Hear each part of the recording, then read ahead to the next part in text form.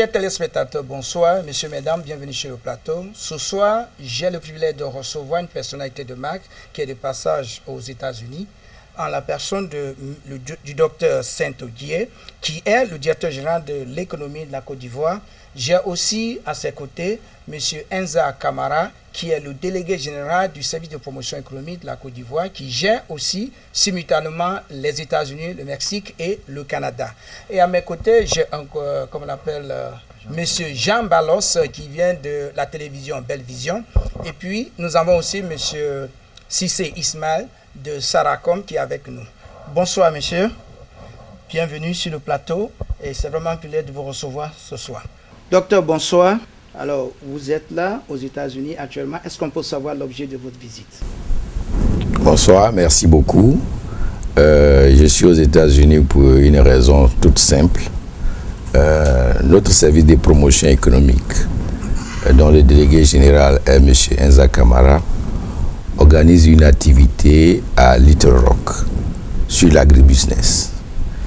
Il a souhaité avoir Madame le ministre à ses côtés, qui m'a donc délégué de venir la représenter et d'être donc avec M. Enza Camara pour l'organisation de cette importante activité pour la Côte d'Ivoire. Car il s'agit de faire la promotion de notre pays, surtout dans le domaine de l'agribusiness. Nous sommes un pays essentiellement agricole, nous avons beaucoup de potentiel, nous voulons aller à la transformation. Il était bon donc d'être là avec lui pour explorer avec les opérateurs économiques de Little Rock dans l'Arkansas pour voir et les possibilités qu'il y a d'aller de l'avant dans cette perspective d'une meilleure transformation de nos produits agricoles. Ça, c'est le sens premier de la visite que j'ai effectuée. Le deuxième sens que je donne à cette visite, c'est que nos services de promotion économique, qui a ouvert depuis 2 ans, a accompli un travail formidable, remarquable, souvent dans des conditions difficiles. Il était bon que des passages aux États-Unis, nous puissions nous rendre dans les locaux, échanger avec le personnel, le délégué général également, et faire connaître un certain nombre d'éléments techniques pour renforcer la capacité des agents pour qu'ils assurent au mieux cette promotion qu'ils conduisent si bien avec le délégué général. Voilà donc le sens de mon passage à Washington. Docteur Odier, merci beaucoup de recevoir ce soir au bureau de l'économie de la Côte d'Ivoire ici, de recevoir tous les médias ivoiriens qui existent à New York.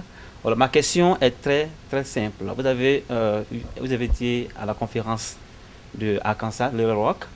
Alors, je voudrais savoir ce que vous avez retenu de bien là-bas et comment vous pouvez implémenter ça en Côte d'Ivoire quand vous retournerez.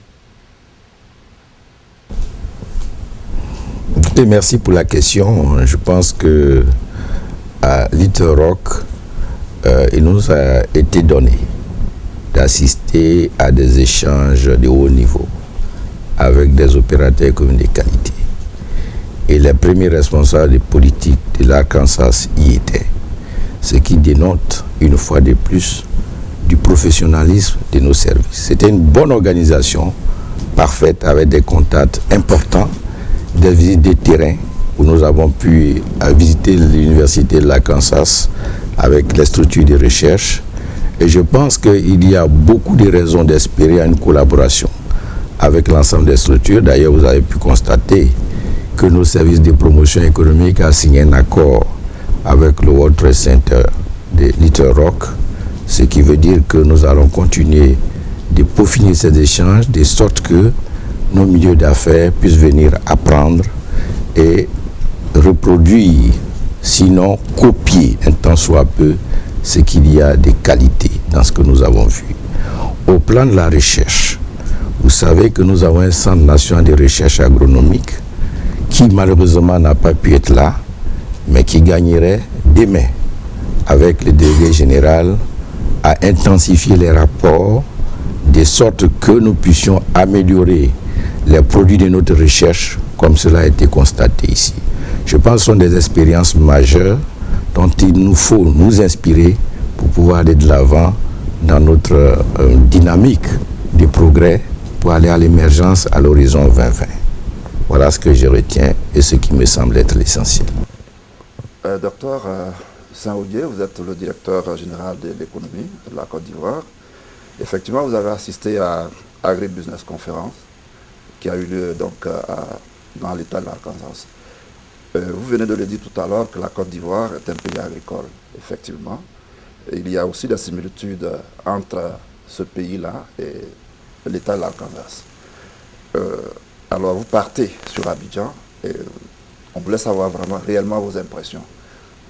Sur ce point, je voulais aussi vous poser la question de savoir, est-ce qu'il ne serait pas intéressant de voir cette conférence, une reprise de cette conférence, ou bien en édition? Parce que la Côte d'Ivoire est un pays important, un pays agricole, et que nous savons aussi qu'il y a un grand volet par rapport à l'agua, qui est aussi un domaine très important. Merci beaucoup pour ces questions.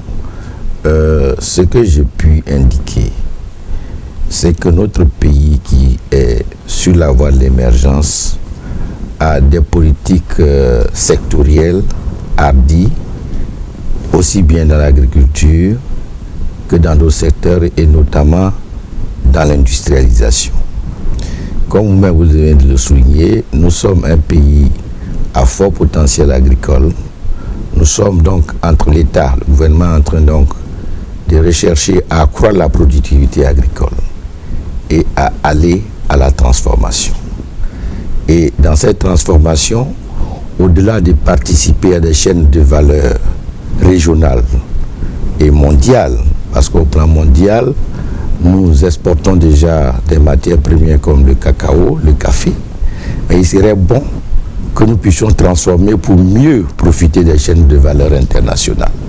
Et dans ce cadre-là, je pense que des contacts avec des milieux d'affaires américains dans le domaine du chocolat sont des éléments importants et ils pourraient aussi venir s'installer comme d'autres d'ailleurs.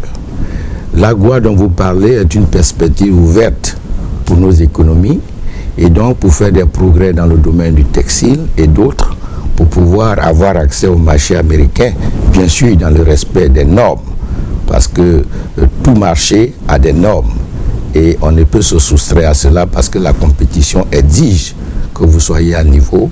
Donc ce sont des éléments importants pour nos entreprises pour se mettre à niveau et aller à la compétition internationale. Bien sûr, en ne négligeant pas le volet régional et sous-régional, où nous sommes une grande économie, leader de l'UEMOA, troisième puissance économique de la CEDEAO, deuxième puissance industrielle de la CEDEAO également. Ce sont des éléments importants, il faut que nous développions tous ces atouts-là. Voilà. Saint-Audier, vous êtes le directeur général de l'économie de la Côte d'Ivoire. Le service de promotion économique de la Côte d'Ivoire que le président de la République a initié et qu'aujourd'hui, nous savons que ce service-là est devenu un outil essentiel dans le cadre du développement économique de la nation. Est-ce qu'il est prévu un plan comment on appelle ça, de promotion, c'est-à-dire d'installation, de création de plusieurs bureaux économiques à travers certains pays qui sont en partenariat avec la Côte d'Ivoire? Ok, merci beaucoup. Vous savez que la Côte d'Ivoire aspire à ce qu'il y a de mieux et de meilleur à l'international. Et nos autorités qui ont placé au cœur de la stratégie de développement économique le repositionnement de la Côte d'Ivoire sur l'échiquier international ne négligent aucun aspect. Vous savez, le monde évolue et partout il y a des perspectives et des partenariats à nouer. Et en installant le service de promotion économique des États-Unis, qui est le premier dans le maillon d'une chaîne, c'est une expérience pilote qui va nous permettre d'adresser toutes les préoccupations liées à un bon fonctionnement et à un fonctionnement optimal des services de promotion économique. Et la progression est que nous avons aussi un service économique en Afrique du Sud. Il y a d'autres qui sont projetés. Et comme j'ai l'habitude de le dire, le service de promotion économique qui est installé à l'étranger doit être vu comme un investissement. Un investissement parce que l'enjeu est de taille. il s'agit de mobiliser les milieux d'affaires étrangers à venir en Côte d'Ivoire, à y investir pour créer de la valeur et de la richesse. Et le service de promotion économique, qui est l'outil essentiel de l'écodiplomatie et qui doit être alimenté, qui doit être pressuré même, je peux dire, par nos ambassadeurs à l'étranger, dans le sens de jouer ce rôle-là, constitue un élément clé, un des éléments clés dans notre perspective de développement économique. Il y a d'autres services de promotion économique qui verront le jour. Cela dépend de la volonté du chef de l'État au plus haut niveau. C'est sa volonté d'ailleurs qui a fait que ces deux premiers services existent. Et donc il y attache un grand prix. Et le travail qu'a aujourd'hui le service de promotion économique des États-Unis est un travail titanesque, est un travail apprécié. Et je pense que c'est la voie toute tracée pour que d'autres services de promotion voient le jour. Pour cette dynamique recherchée à travers le monde entier. Docteur, vous venez non seulement de participer au forum de l'Eutroc, mais aussi nous avons constaté qu'aujourd'hui, vous avez pris part à un séminaire, ici même au bureau économique. Voilà. Est-ce que vous pouvez nous situer surtout le travail qui est effectué, surtout au niveau des services, en tant que quelqu'un qui maîtrise aussi les données de l'économie ivoirienne. Est-ce que vous pouvez nous faire un peu le point sur ce qui a été fait aujourd'hui au niveau du séminaire et quelles sont vos appréciations surtout? Merci beaucoup. Ce séminaire que nous avons baptisé « Renforcement des capacités » est né de la volonté du délégué général des services de promotion aux États-Unis de doter son personnel d'outils nécessaires pour mieux accomplir sa mission de promotion économique. Alors je suis venu moi-même avec 2 collaborateurs et nous avons, au cours de ce séminaire, tenté de donner des grilles de lecture à un certain nombre de documents qui nous paraissent essentiels pour une connaissance maîtrisée de notre économie.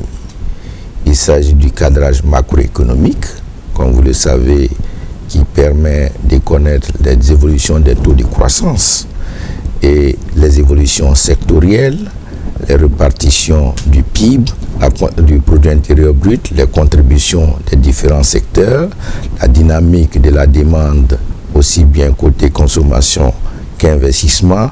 Nous avons fait un balayage de tous ces éléments-là en montrant la richesse du cadrage macroéconomique et les éléments de réponse qu'il contient face aux préoccupations qui pourraient être soulevées à l'occasion des rencontres qu'ils auront avec les milieux d'affaires américains, mexicains, canadiens et toute autre nationalité qui serait intéressée par la connaissance de notre économie nationale.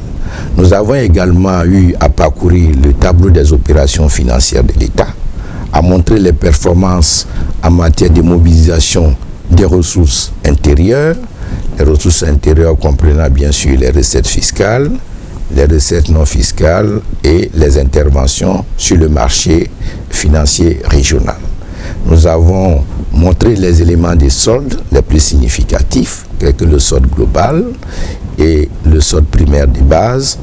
Et nous avons parcouru ces éléments-là en montrant aussi le niveau des investissements, la part financée par le Trésor et ce qui est financé ailleurs, y compris aussi en matière de financement, les mobilisations des ressources extérieures par les appuis budgétaires. Donc ce sont des grilles de lecture pour dire seulement aux agents qu'à l'intérieur de ces documents, ils trouvent des réponses à des questions qui pourraient leur être posées. Nous avons également parcouru dans ces grandes lignes le PND, dans ses différentes composantes. Vous savez que le PND 2012-2015 est un document de référence pour la politique qui est menée au niveau économique et donc qui décrit un certain nombre d'investissements nécessaires pour pouvoir préparer l'émergence à travers un plan qui sera aussi mis en œuvre, celui des 96-2020 qui est en cours de préparation. Donc c'est tous ces instruments-là avec les projets PPP qu'il contient, décliner le cadre juridique qui permet de développer ce partenariat essentiel. Nous avons parcouru aussi les progrès faits en matière d'environnement des affaires, Sachez que en 2014, la Côte d'Ivoire a gagné 10 places dans le classement Doing Business. En 2015, c'est encore 11 places que nous avons gagnées. 21 places de gagnées en 2 ans. Et les réformes continuent parce que nous voulons faire jouer au secteur privé un rôle important. Dans le PND 2012-2015, sur 22 milliards d'investissements projetés, 22 milliards de dollars d'investissements projetés, 60% devraient revenir au secteur privé, y compris les PPP. Et donc c'était essentiel que nous parcourons tous ces documents et des questions ont été posées de part et d'autre par les collaborateurs du délégué général et nous avons essayé d'y apporter des réponses aux préoccupations et quelquefois demander à nos services de rassembler la documentation nécessaire pour leur permettre de faire leur travail efficacement. Un travail qui est déjà très bien accompli. Ce serait qu'une petite valeur ajoutée que nous ajoutons. Et le délégué général a indiqué au cours de ce séminaire et à la fin qu'il était bon que cette expérience soit renouvelée pour une meilleure qualité de service à leur niveau. Donc c'est ce que je retiens. C'était des échanges fructueux, libres. Il y a des questions qui leur sont posées. Ils sont revenus là-dessus. Comment répondre sur tous les problèmes de financement à mobiliser, où ils trouvent des opérateurs économiques qui sont prêts à aller financer des projets y compris des projets publics, financer, se faire rembourser par la suite. Et nous avons eu à poser les problèmes de concessionnalité et tout ça, et parce que nous avons des engagements et des partenaires qui nous limitent dans notre stratégie de mobilisation des ressources.